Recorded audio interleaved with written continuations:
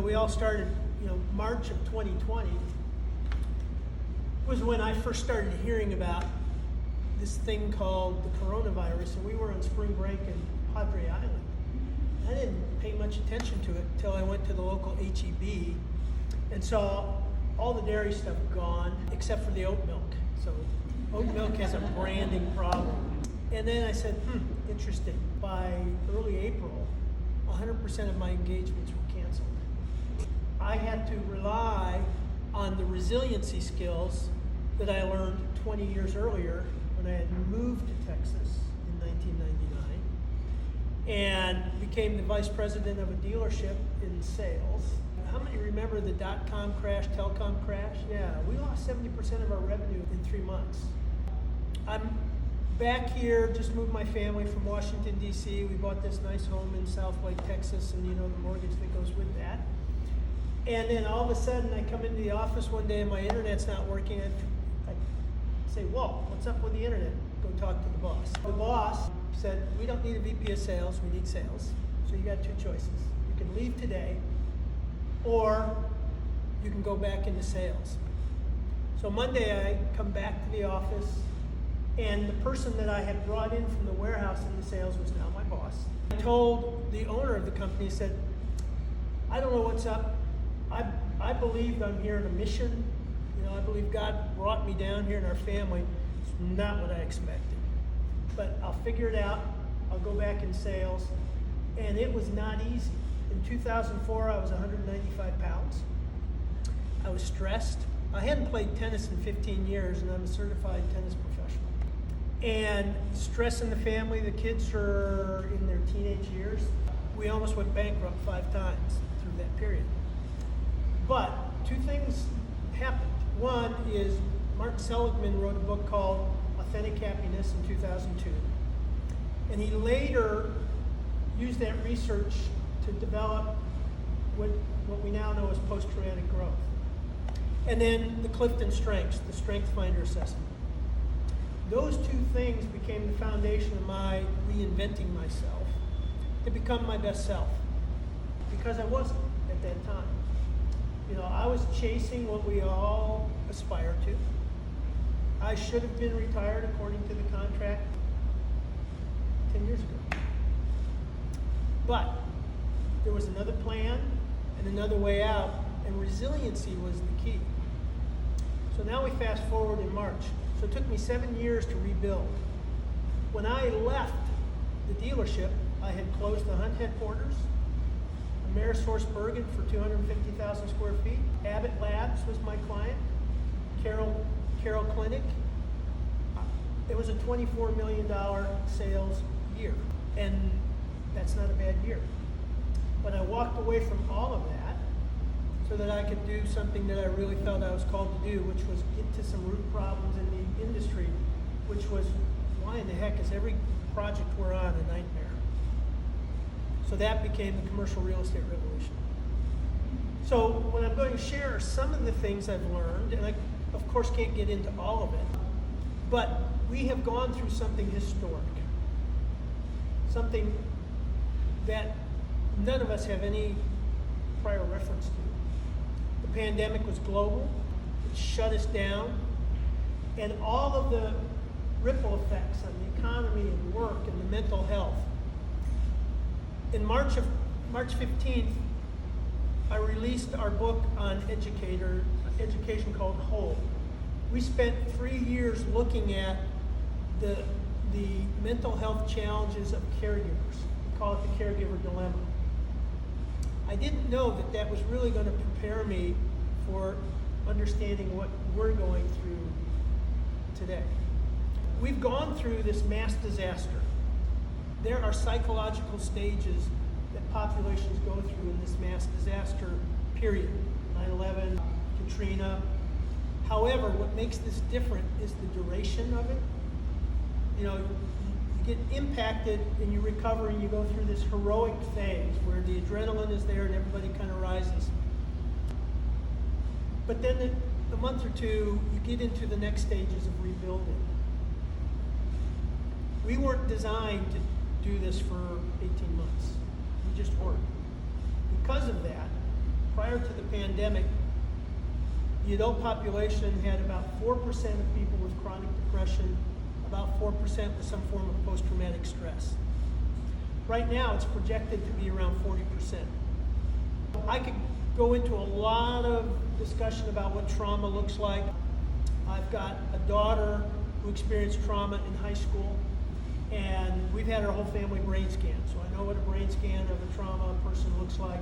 We know the effects and we know the wiring. It's a diamond pattern in the head. It gets caught in a loop. It's called a default mode network. So it doesn't process like normal, so small little things can pop. And I'm also trained as a futurist. My master's is as a futurist. It's called strategic foresight. So I look for what we call early indicators. One of the early indicators I'm looking at is what's happening on airlines. Has anybody watched what's going on? What's going on the airlines? What do you see? People are mad. Not just mad, but what else? There's a certain category of people who get banned from flying forever. Okay? In 2019 and 2020, there was about 130 people. We're up to 2,000 people this year. Why? Well, most of us have this kind of buffer zone for stress. Someone bumps you, you get inside, you go, that jerk, but you don't do anything about it, right? If this is the threshold and you go on an airplane and you're already here and someone bumps you, boom, it's called an amygdala hijack. If you want to learn more about an amygdala hijack, there's a great institute here that works with at-risk kids called the Momentous Institute in Oak Cliff.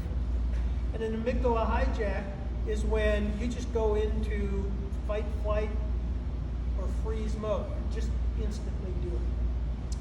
And what happens is you can't logic someone out of an amygdala hijack because logic is the prefrontal cortex. Once your amygdala triggers, boom.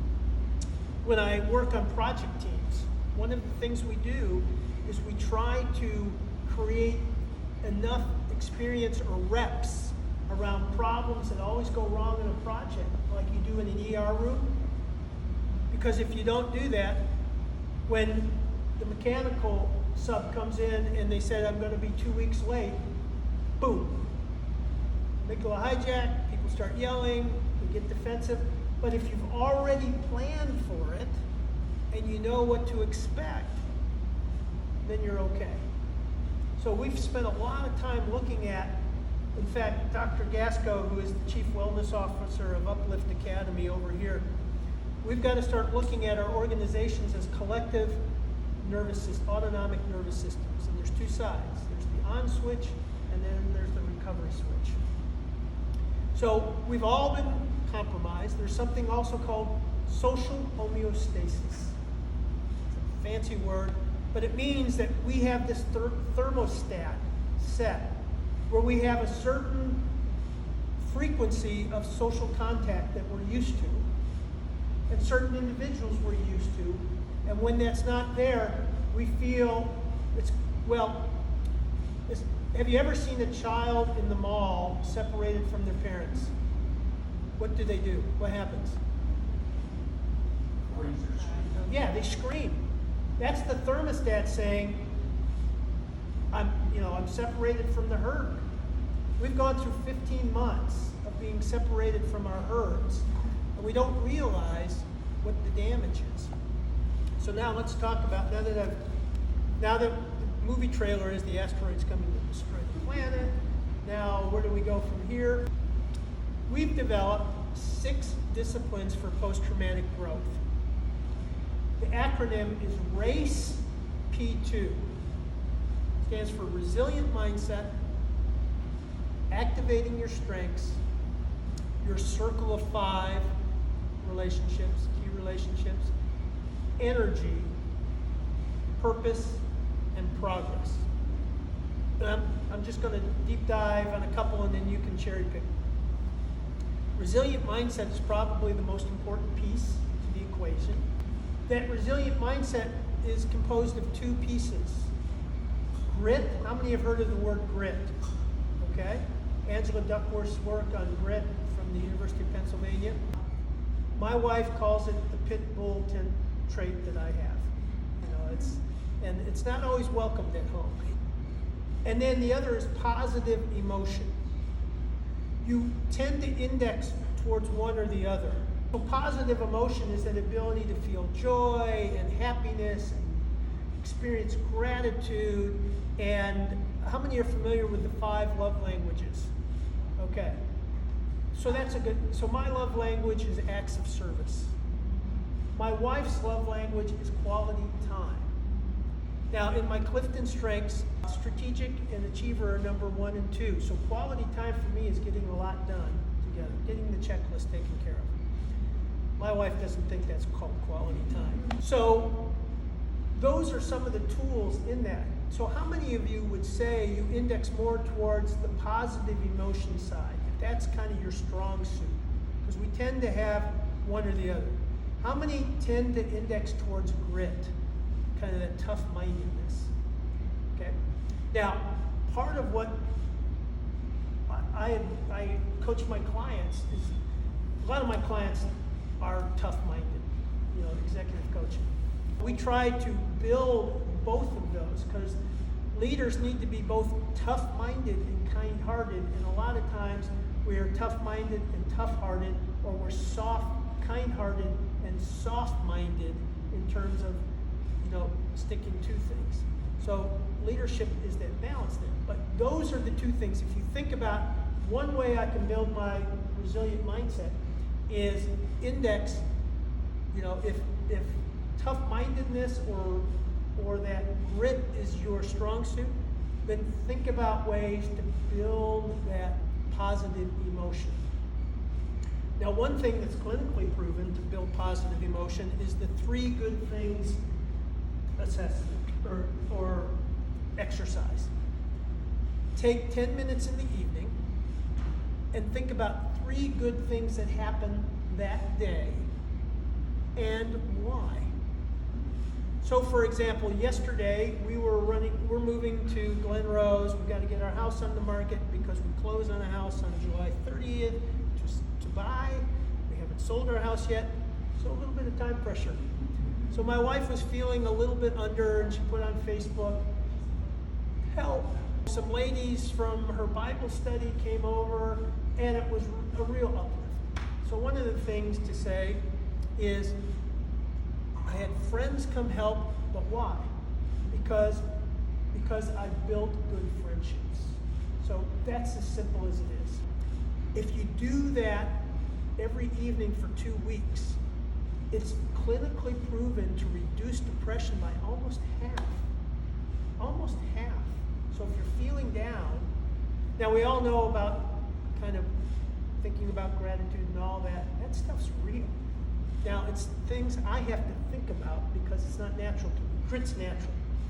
When I had my brain scanned and we did the cognitive assessments, on the resiliency score, I'm 10 out of 10, and I can show you the scans. So I'm going to gut it through. But the kind-hearted and the positive emotion, I've got a lot of work to do there. In fact, in the Clifton Strengths Assessment, how many have taken the Clifton Strengths or the Strengths Finder? Okay. Harmony is number 33 for me. Empathy is 34 out of 34. So just shows you where it is. Number 2 is activating your strengths. The reason why I like the Clifton Strengths is because it measures what you naturally do best and enjoy most. What it's measuring. It's not a personality assessment. It measures your brain. So think of your brain as a series of waterways. And the rivers are the strengths, the first 5 strengths. The tributaries are 6 through 10. And then you've got the creeks and the streams, and empathy and harmony for me are dry beds. That's a great beginning point, and there is an intrinsic reason. Part of what playing to your strengths, those are those really dense synaptic clusters, and when they fire, they release certain hormones. Dopamine is the number 1 hormone they release. How many know what dopamine does? Anybody know? Judy, what's dopamine? It's straight at your good endorphins, pleasure endorphins. Okay. Endorphin is another hormone that gets released. So dopamine is the pleasure, joy, the satisfaction. Then the endorphins are the runner's high, that endurance, when you're really absorbed and in the flow state. And if someone asks me a question, I'll teach you how to get into a flow state. I'll give you a great hack on getting into a flow state. I do it every day. And it's important that your brain gets into that totally absorbed frame of mind. Then if you've got some of those relational strengths, then you can get the serotonin, which is that connection, that deep satisfaction. How many are dog lovers? Okay? Whenever you see your dog, it's serotonin time. It's kind of that heartfelt, deep companionship. And then there is the oxytocin, which is that affection. So when I sit still long enough for my wife and I'm quiet and we sit next to her and she considers it quality time, then it gets a little bit of that oxytocin. Playing to your strengths is really important, and you do it daily. Now, one of the things I found, so the big part of my business that changed is I went from doing workshops and kind of parachuting in to doing long-term coaching with over 100 people, week after week after week. And I started hearing their stories of unhappiness, dissatisfaction, frustration. How many felt a little bit dissatisfied and unhappy this year from time to time? Okay? Yeah. Well, part of the challenge is, where are you getting that sense? So if it's from the external, the extrinsic, like I was 20 years ago, your job, your project, your work, that's all called extrinsic or hedonic rewards. And they don't last. Intrinsic rewards, like those things that are natural, that you value just because you value them, they don't go away. So part of the reshifting the energy is, let's take your strengths and let's work on how do we become a better version of ourselves today. How do we become that best self? And that totally changes the equation on what you're measuring, where you get your satisfaction on, and you can control that. You can't control the external circumstances, which gets back to mindset again. The third area I'm going to just share a little bit is on energy. The area that you can get the biggest boost in resiliency is just getting a good night's sleep. That's it. So how many of you kind of average 6 or less hours of sleep a night? Okay? All right. Research would show that you're legally drunk. Your brain functions at that level. The other part of it too that I've learned is that even if I'm in bed 7 or 8 hours, that doesn't mean I'm getting 7 or 8 hours of sleep. My average sleep efficiency is about 80%, so I have to be in bed 9 hours. My baseline need for sleep, according to all my gadgets, is 7.5 hours of real sleep. And if you're getting about 25% of that time in REM or deep sleep, that's pretty good. That comes from sleep. It comes from movement. And Ryan, when did you start working on your sleep? 2 years ago, I read a book called Why We Sleep. Okay, everybody get the book, Why We Sleep. It'll change all your bad habits. I was a 4 a.m. guy, kind of proud of getting up early before everybody else. We don't change everything. So I'm a 7.5-hour guy, about 40% REM and deep. Yeah. And it changed everything for me. Why We Sleep. It's absolutely. Matthew Walker. It'll scare you, but in a good way, right? It'll change your behavior and habits, and it's been fundamental for me because it was kind of a badge and honor that I had to shake off. Me too. I was doing the same thing. Yeah. Yeah, I was the same way. 10:30, 11 o'clock to bed, get up 5 o'clock, work out. Then I started getting this little band thing here, and it started showing that my recovery levels, so it's red, yellow, green, okay? Pretty easy. I was consistently red. Now what that means is that my strain or effort for the day was stripping the gear. I was way above my recovery level to handle that. If you do that over a long period of time, it becomes what's called overtraining syndrome or stress fatigue. or adrenal fatigue. That's what's happened to a lot of us. And what happens is that our bodies begin to suboptimize. And what that means is your energy level and your cognitive level begins to drop to the energy you've got or the recovery level you have. And what happened is that because of the injury levels and burnout in sports, they started seeing that the old mantra, there ain't no gain if there ain't no pain, they started seeing the new science was showing, nope, it's totally different. So now you see people like Tom Brady. How many know who Tom Brady is? Okay? He's a 10-hour in the bed sleep guy, wears Whoop. So you can't be mentally resilient, number one, if you're not physically, if you don't have the energy to do that. And again, the next thing too, and we don't have time, I'm going to open it up for questions because I'm at the end of the time, is I started cutting out all the refined foods, all the sugars in every form, and drinks are the biggest, they contribute about 50% of your sugar. In the 1800s, we ate about 5 pounds of sugar. Now the average American eats 153 pounds of sugar. We weren't designed to do that. It's the major driver for major chronic health issues. Eat real food, shop the aisles, move throughout the day. It's better to move 3 to 5 minutes multiple times during the day than doing a 40-minute workout at the end of the day. I'm going to open it up for a few questions. I want to know what you were talking about with the dopamine focus flow. The what? The dopamine Endorphins. focus flow you were talking about. Oh, the flow. Yeah, the flow. That's endorphins. There's a certain level. How many know what it's like to just be totally absorbed where you lose track of time? Okay? Here's what's happening. The challenge that you're facing, plus the cognitive ability or the interest you have, are kind of merging to the point where it's just a mind meld, and you get into that state. So the way you do it, for example, is you've got to play to the things that are naturally strengths, things that you like.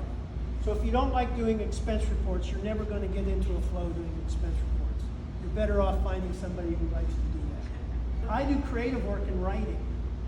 Now, I set time aside. You need at least 45 minutes to 90 minutes to get into a good flow rhythm.